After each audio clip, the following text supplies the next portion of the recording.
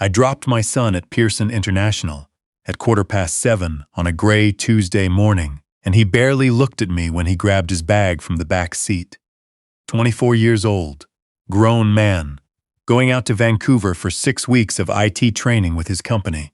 I'd driven him 90 minutes from Hamilton through fog and drizzle, and he'd spent most of it with his earbuds in, answering my questions with single syllables. I tried once near Milton to ask if things were all right between us. He said, "Yeah, fine, Dad," and turned back to the window. I watched him walk through the sliding doors at Terminal 1 and waited to see if he'd turn around. He didn't.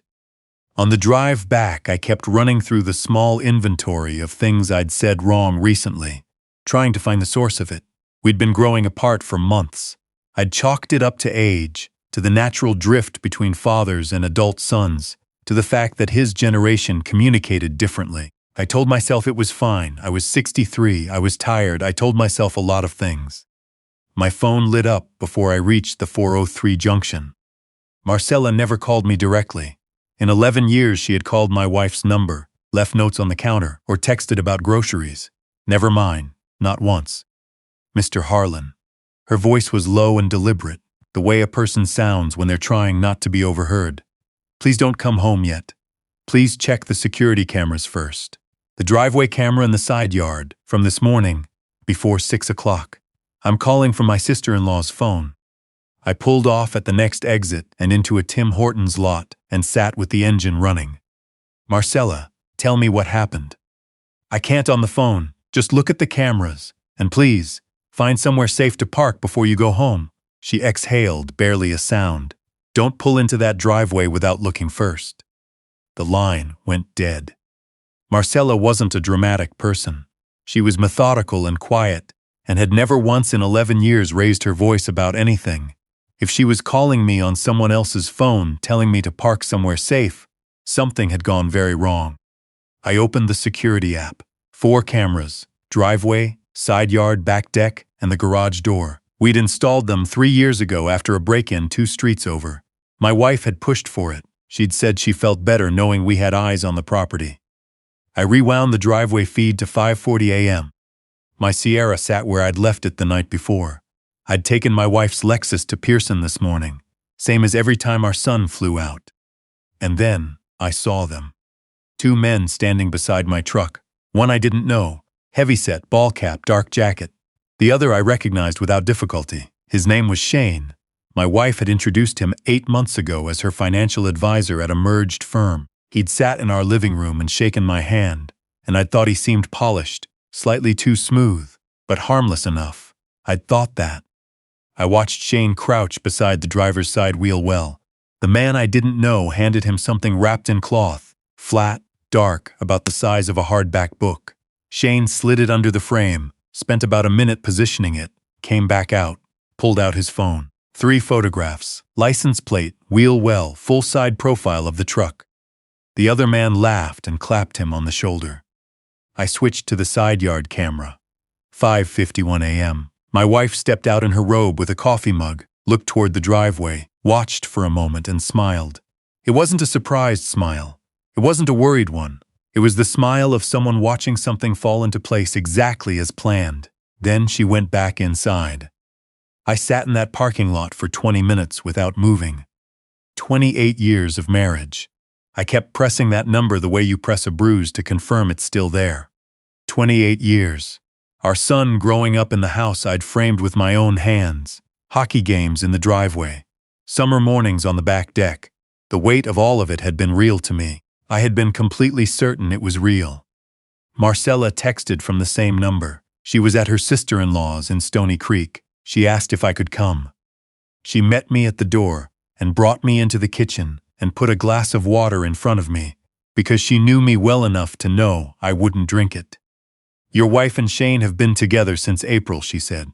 No preamble, no softening. I saw them at the house twice when you were in Sudbury on that job consultation, once in March and once in May. I didn't speak.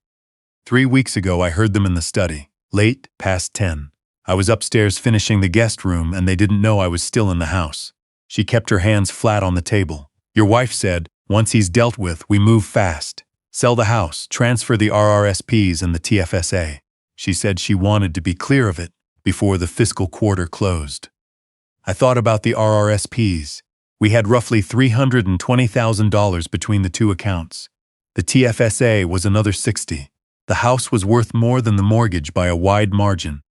Shane said the setup was solid, that you'd be too occupied to contest the transfers in time, that by the time anyone looked at the paperwork, it would already be restructured. Marcella looked at me, and then they talked about your son. I looked up. Shane said your son was cooperating, that he'd confirmed seeing you act unstable, forgetful, difficult. That was the word, difficult. She paused. Your wife said to keep the boy clear of the details. She said he just needed to give his account of what he'd observed. My son, who had sat 90 minutes beside me this morning and said, "Yeah, fine, Dad." "Does he know about the truck?" I asked. "What they put under it?" "I don't believe so, no. Your wife told Shane to keep him out of the details. She said the less he knows, the cleaner it is." Marcella reached into her cardigan pocket and set a USB drive on the table between us. For 2 weeks, every time I cleaned the study, I copied files from her laptop. She never logs out. She barely sees me in the room. I've been invisible to her for 11 years. A pause. But not to you. When my daughter needed cardiac surgery in 2019, you paid $11,000 without being asked, Mr. Harlan. You told me not to mention it to my wife, not because you were hiding it, because you knew she'd make it a whole thing. Her voice was steady. Now I give you what I can. Use it. I drove north on the 400 and kept going past Barrie, past Aurelia, past Gravenhurst, up into Muskoka. My father had bought the cottage on a back road near Huntsville in 1971 for $12,000, which had seemed like a great deal even then. I'd inherited it when he passed 15 years ago and paid the property taxes every year since and never once listed it. My wife had visited a long weekend 20 years back. Black flies, no cellular signal, the outhouse I hadn't yet converted to a proper bathroom. She'd looked around for 45 minutes and said, "Honestly, Harlan, you could get reasonable money for this." I'd never brought it up again, never told her I was still paying the taxes. It had become the one thing in my life that was fully mine and that I'd never thought to mention. She wouldn't think to look here. The drive was 2 hours and 40 minutes. I stopped in Bracebridge for gas and paid cash, drew $500 from the ATM at a credit union there, and drove the last stretch with the radio off. The cottage came through the birch trees just as the afternoon light started dropping. White clapboard, screened porch faced south, wood stove inside I'd rebuilt from scratch in 2008. Cold when I pushed the door open. It smelled like dust and old spruce, like my father's flannel shirts. I started the stove and opened the USB drive. 321 files, 6 months of correspondence between my wife and Shane. The early months were mostly logistics, meeting times, instructions from Shane about which accounts to prioritize, administrative language that could pass for ordinary advisory communication if you didn't read carefully. Then the mask dropped. June, I told him the advisor restructured the TFSA. He accepted it. He always accepts things. That's always been his problem. July. Shane, is the Form 1 option realistic? He's not actually unwell. He just gets foggy sometimes, misplaces things. Is that enough for an assessment request? I set the laptop down and sat with that for a while. A Form 1, an involuntary psychiatric assessment under Ontario's Mental Health Act. Any physician who believed a person posed a risk to themselves or others could sign one. My wife had been exploring having me committed. I kept reading. August. The drops are working. The fog is getting worse. I'm being careful with the dosage. I called Marcella from the prepaid card. The drops, I said. She mentioned drops in the emails. What do you know? A silence. I was going to tell you in person. I didn't know how to start. She breathed out slowly. I was a care aide in the Philippines before I came to Hamilton. I recognized the bottle in the medicine cabinet 6 months ago. I took a sample. I had it tested at a private lab in Burlington. What is it? A mild dissociative compound. It accumulates over time. Long-term daily use produces exactly what you've been experiencing. The fog, the word-finding trouble, walking into rooms and losing your thread. It mimics early cognitive decline well enough to be persuasive in a clinical setting. She paused. I sent the lab report to my personal email. I'll forward it to you now. 63 years old. I'd been to my family doctor twice in the past year, worried about my memory. He'd ordered blood panels and a cognition screening and found nothing definitive. He'd said to monitor it and come back in 6 months. I'd come home from both appointments, and my wife had brought me tea and sat across from me with a concerned expression and said she was frightened for me. I didn't sleep that night. The stove ticked. The birches moved in the dark. In the morning, I called Piers. We'd met on a commercial project 2 decades ago. I was doing structural work, and he was running network infrastructure. He'd gone freelance not long after and built a quiet, very lucrative career, being useful to people who needed things found out. He didn't ask many questions, and he kept what he learned to himself. I told him everything. He listened without interrupting. When I finished, he said, "Harlan, this is serious." "I know. What do you need?" "Everything she's moved, the RRSP accounts, the TFSA, the joint TD account, what Shane has on file, and I need to know what's happening inside that house right now in real time." "The last part I can arrange quickly," Piers said. "The financial forensics will take me 48 hours, maybe a bit more. Can you stay where you are?" I stayed. I called my neighbor Clive that evening. He was 65, retired from Ontario Hydro, still ran 3 kilometers every morning regardless of weather. We'd shared enough time on my back deck over the years that I knew the shape of him. Steady, private, good when it mattered. I told him what I needed. A package arriving at his address, 4 wireless cameras, small, motion-activated. Access to my house on Wednesday when my wife went to her noon spin class. 2.5 hours, maybe less. He didn't hesitate. "She leaves by 11:45 every week," he said. "I've seen her go for a year. Sidegate's the easiest way in, I'd expect." "Still the same code," I said. "My birthday." "Wednesday, then." The package arrived Tuesday afternoon. Wednesday at noon, I drove back down from Muskoka, parked 4 blocks from the house, and met Clive at his side gate. We went in together, me punching the alarm code in the mudroom, Clive holding the box and saying nothing. 50 minutes. Kitchen, living room, the study where Marcella had overheard the conversation, and the garage side entrance. Clive moved like a man who'd spent decades working around live infrastructure and knew how to be quiet about it. We were back out through the gate by 1:40.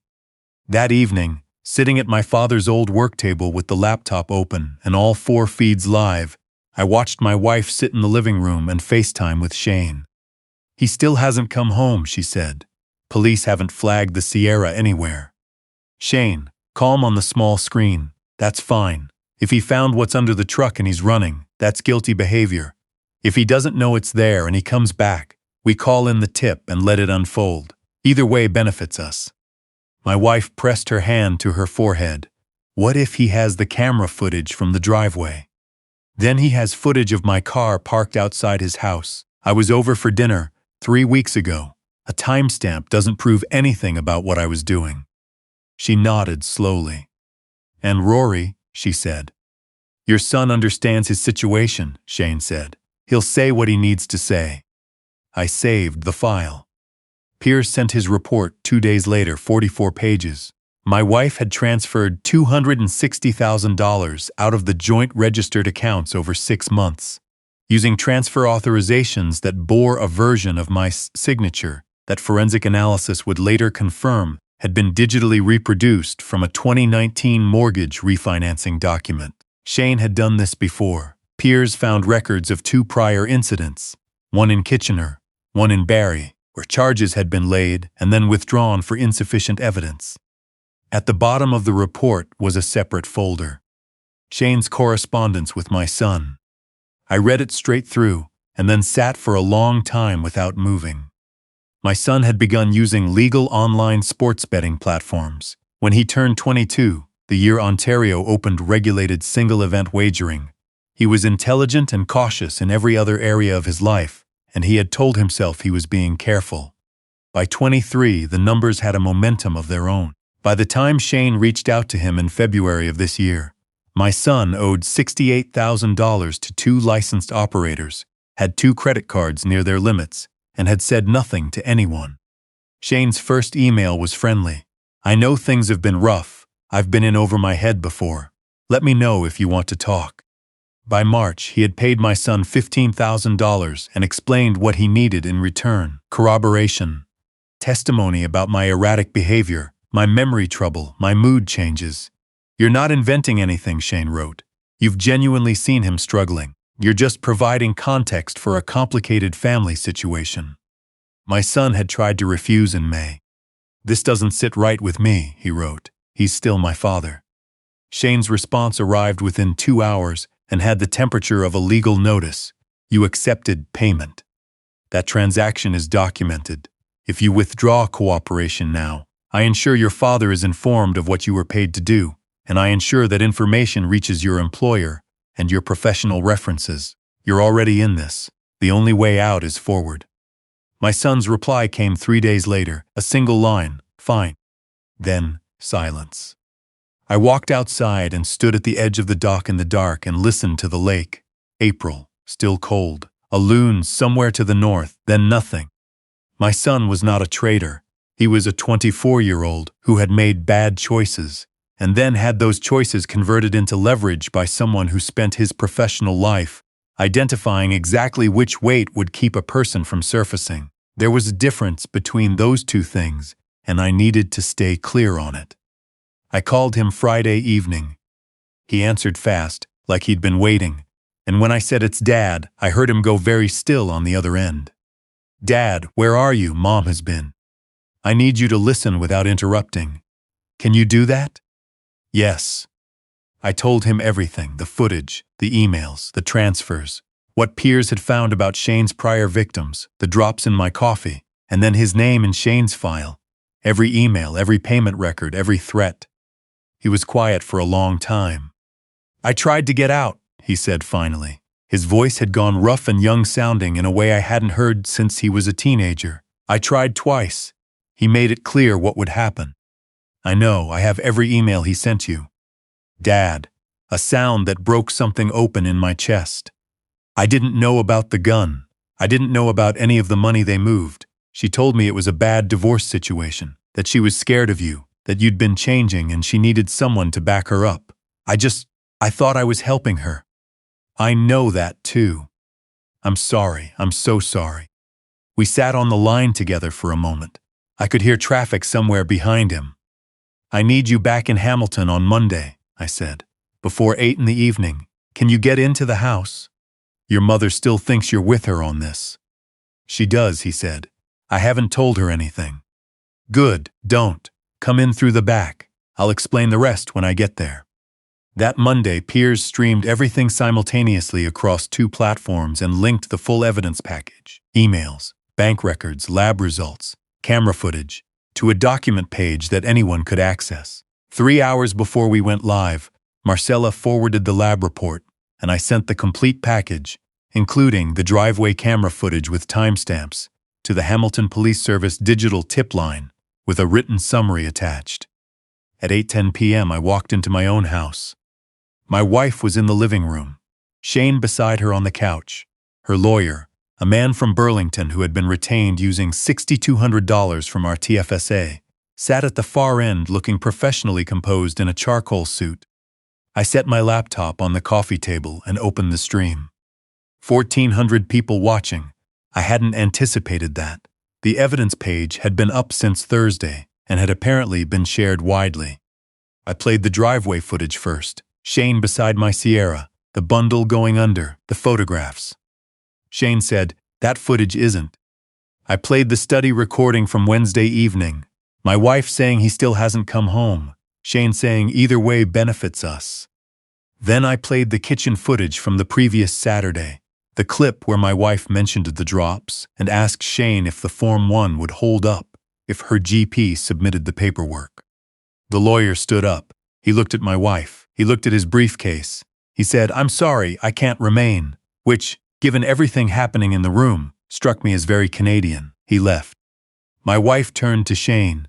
Her composure had fractured, and she was trying to hold it together by the corners.